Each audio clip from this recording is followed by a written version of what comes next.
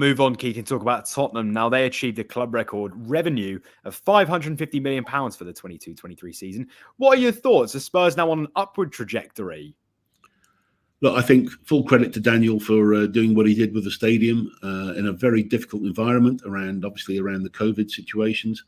But he pulled it through, he got it done, and that's shown that the revenue that stadium is now making for him has brought those record numbers you just mentioned, over £500 million of revenue, which is incredible for a Premier League club like Spurs to have had that increase over time.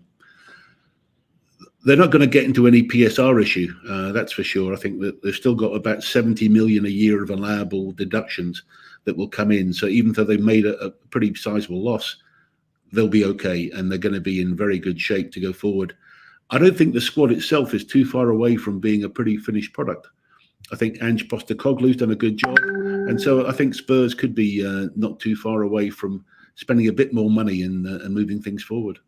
We're talking of spending money. Levy actually confirmed there were some talks over potential investment or takeover. What do you make of that, Keith? And actually, do Spurs need the equivalent of like a Sir Jim Ratcliffe to come in to really take them to that next level?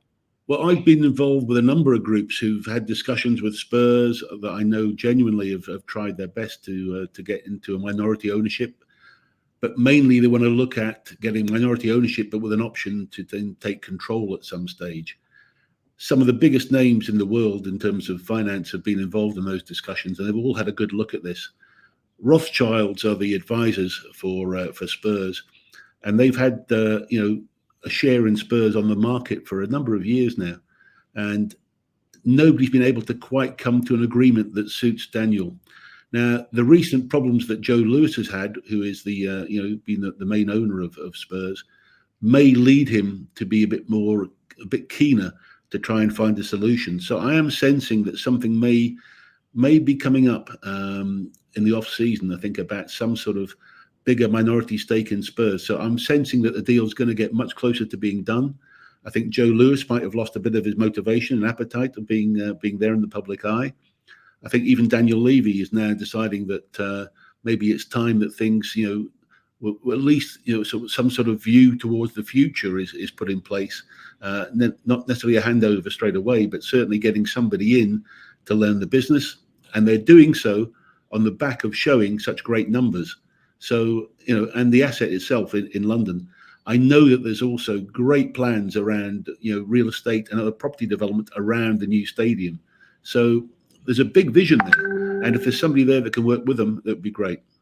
So do you think then potentially that someone in the summer window, so we're saying July, comes in, it would be a minority shareholder that then would have the view, a bit maybe like Sir Jim Ratcliffe, that then would take over the club in potentially months, years to come?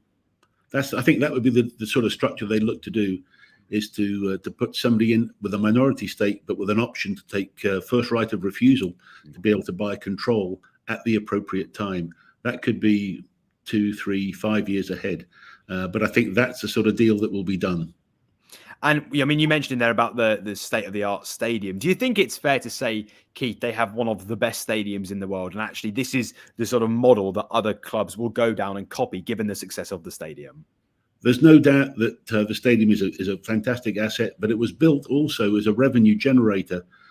Things, as you know, allowing the NFL to play there takes a lot of planning. And while Everton's new stadium will probably be the best football stadium, Spurs definitely is a multi-sport stadium and is probably the best of its type.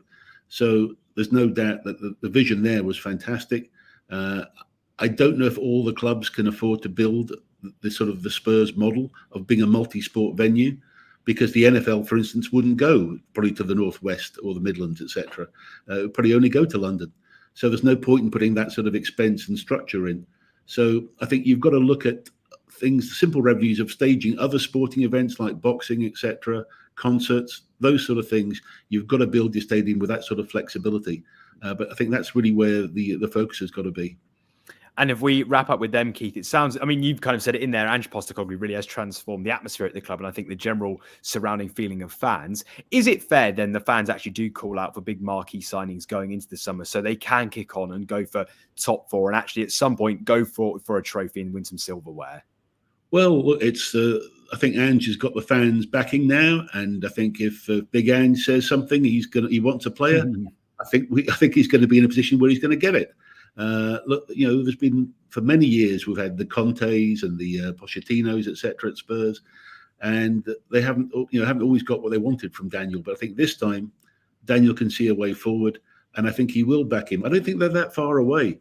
I think it may be a couple of players. I mean, there's a few there that are really quality players now, and so they've got to look at how long can Son keep going up front. I think the front is going to be where they're going to be looking to invest. And look, it's a very exciting time to be a Spurs fan, and I'm happy that at least they're seeing some sort of progress after some pretty tough years.